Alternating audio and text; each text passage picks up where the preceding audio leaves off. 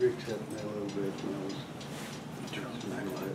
to the Resource Allocation Analyzer page, which will be found underneath the tools.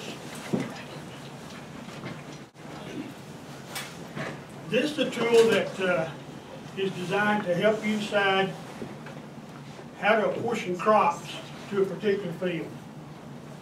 You have to know the acreage size for that field. We're assuming this is a 120-acre pivot. You have to know your pumping capacity for that pivot, your water budget, your pumping cost, and your pumping season. So we're going to make some assumptions here. We're going to leave it at 120 acres. Give me a good number. Pumping capacity. 600. 600. Man, somebody. That is a good number. Go down to Lubbock County. Yeah. Oh, I'm sorry, 300? 300, yeah. That's bragging. We're going to change our water budget to 18 inches, and let's drop this down to 450. Our pumping cost, I can tell you that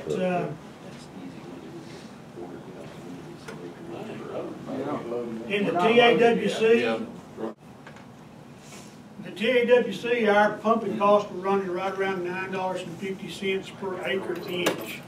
Yours is going to vary. It depends on your supplier and what kind of fuel you're using, whether or not that's electricity or gas.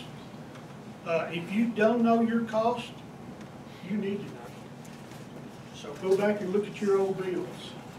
Jeff, that's just energy cost, right? That's right. That is just energy. That's not the cost of maintaining the pumps and motors. That's not included. Is that a natural gas or electric number there? That was our average for electricity in the TAWC last year. Ours was actually about $9.42. And there's a big range in there. It depends on the efficiency of your pump, how deep it is, how much water you're pumping. There's a big range in there, so you need to determine what your actual number is.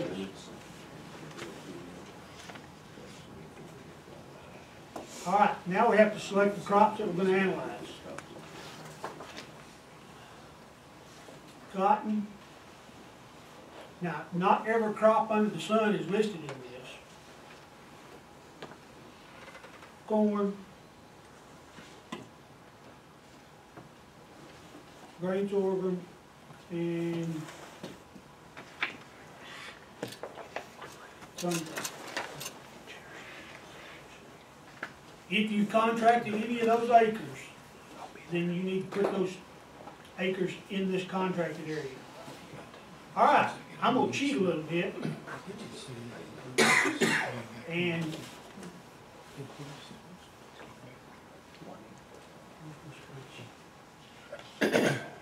if you haven't ever utilized it in the past, this is our tool from Farm Assistance. It's a budget for all the crops, just about that you can grow in West Texas. South Plains profitability. If you need to find that, just Google South Plains profit, and it'll come up. And then you can scroll down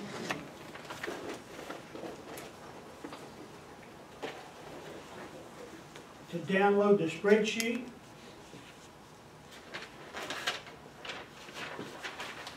And that'll give you this. And if you've not used these before, they're pretty handy to use. It gives you a budget for most of the crops that you can grow in the South Plains. We're going to use this today just to get some numbers out of here. But almost every crop you can think about. There's irrigated corn, corn silage, cotton drip, cotton pivot, irrigated peanuts, sorghum, sorghum silage, sunflowers, wheat, sesame,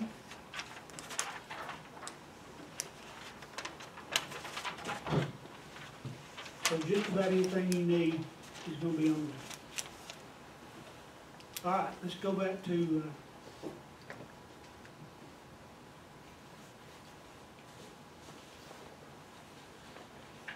a resource allocation analyzer. In our budget, we have, for cotton, maximum yield of 1,250 pounds.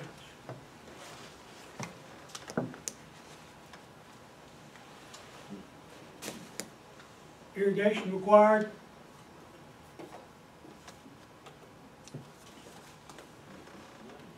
we have 12 acre inches. That's assuming a normal rainfall.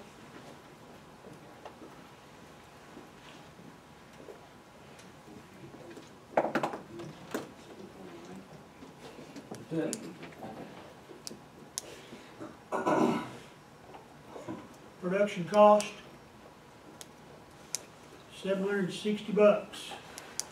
Got to remember, when you look at your production cost, excludes your irrigation, because you're taking care of your irrigation costs at the top when you put in the cost per inch. It's going to develop that irrigation expense. Is that right, Jeff? That's correct. Okay. We're gonna put 700 in here because we're gonna subtract some of our irrigation cost. And our expected price, on our budget, we've got 76 cents. That's optimistic. Jeff, on that production cost too, is that for that particular farm, or is that your whole operation cost? No, that's for this particular 120 acres. Okay. Corn, what do you think? 180 bushels, 190 bushels? Irrigation's probably gonna be 18 inches to get there. Production cost. Expected price, corn is gonna be worth next year. I think that was with the Batesville. We got 540 in our budget. Sorghum, 5,500 pounds. 5,500. We ought to be able to do that on about 9 inches. Production cost, about $350. In your handout, $8.50. We've got- in your folder, we've got an expected yield per increment of water applied. And If you don't do it that so way, if you we're don't do it assuming by hand, we'll get some it's out gonna from give you an rainfall. error. This is how much irrigation on top of rainfall to make that kind of yield. He's not counting if it doesn't have a rain. That's right. Sunflowers, most of the But you guys out can't. here that grew If you sunflowers say, I last year think made it's gonna be dry, between not 2,000 counting and any rain, 2,500. adjust your water applied. About 9 inches of water.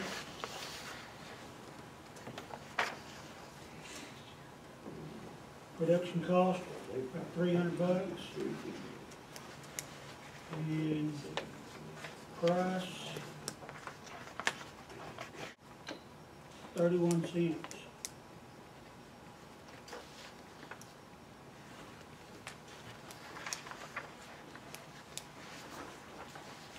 Now, we're ready to analyze. Rick, do you remember I'm sorry, I didn't hear. what's built in as far as rainfall? Well, basically what we're looking at is what we would assume would be normal rainfall for Right. Lubbock, and rainfall that should contribute to yield, which is basically from the 1st of April to the end of August, which is about 10.1 inches. And Joe just asked a question back here just a minute ago, is that how much water we actually think it's going to take to make that much yield, irrigation water, if it doesn't rain? No. So you've got the flexibility that if you're assuming that we're going to have another 2011, then it's going to take a whole lot more irrigation. If you're assuming we're going to get some semblance of normal rainfall, then how much additional irrigation would it take based on your history of that farm?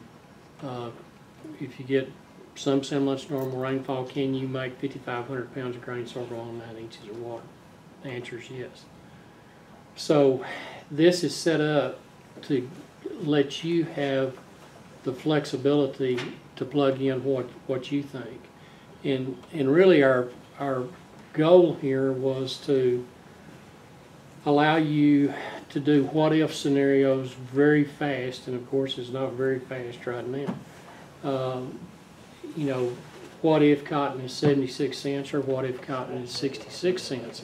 How does that change the profitability and the ratio of the different crops that you've selected? So, you know, our thought process once you did this as a planning tool, and we're going through one of the scenarios this year, the guys that have a history of planting corn and have adequate water for corn, we've got an entirely different ballgame than we had 12 months ago.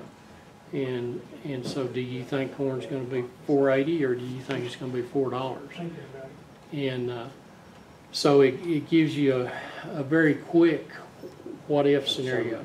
The other thing on there at the top on that water budget, if in fact one of two things happens, currently the plan from the High Plains Underground Water District is a maximum of 18 inches.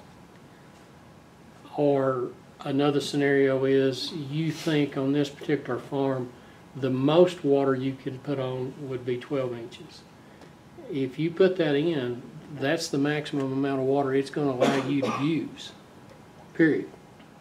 And when it solves, this particular program has a production function curve to it.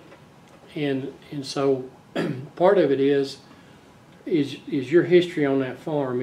If under a best case scenario you've been able to make 1,500 pounds of cotton on 16 inches of water, it's going to solve for something less than that 3 bales.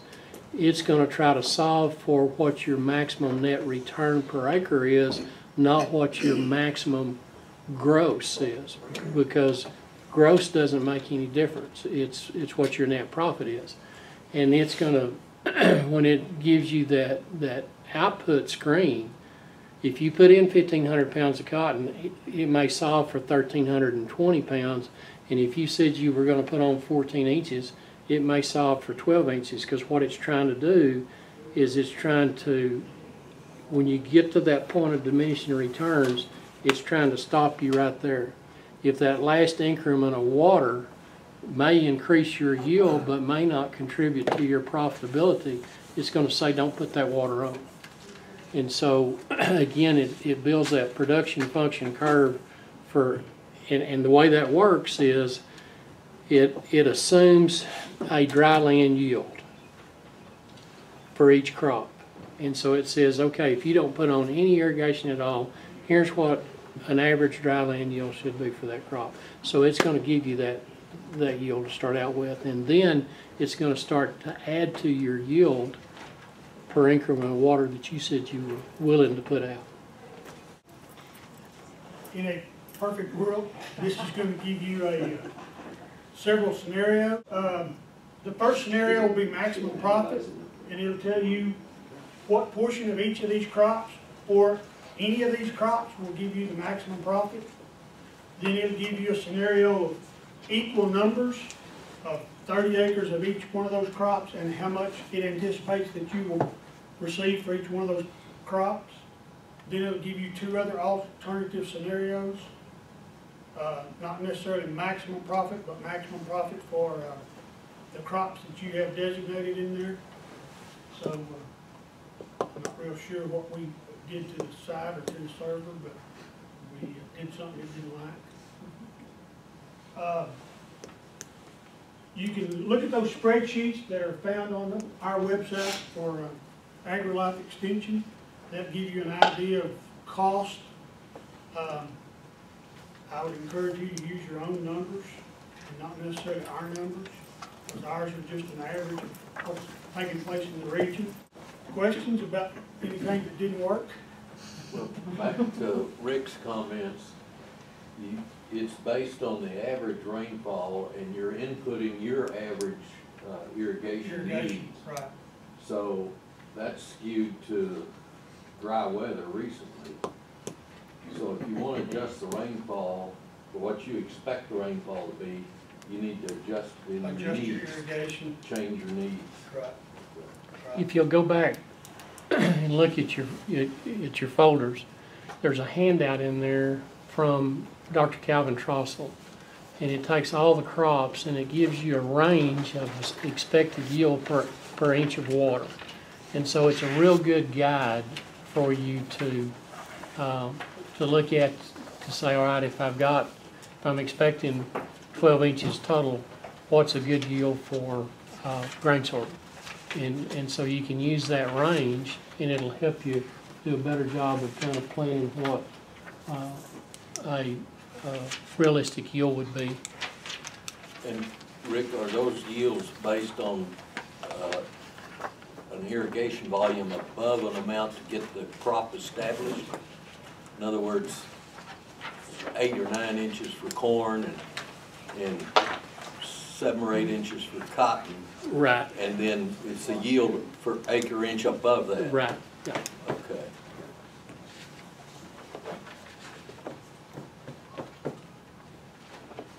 Anything else? RET. Okay. And I'm going to show you that here in a second. You next, Rick, or Bob, or? Bob is. Okay.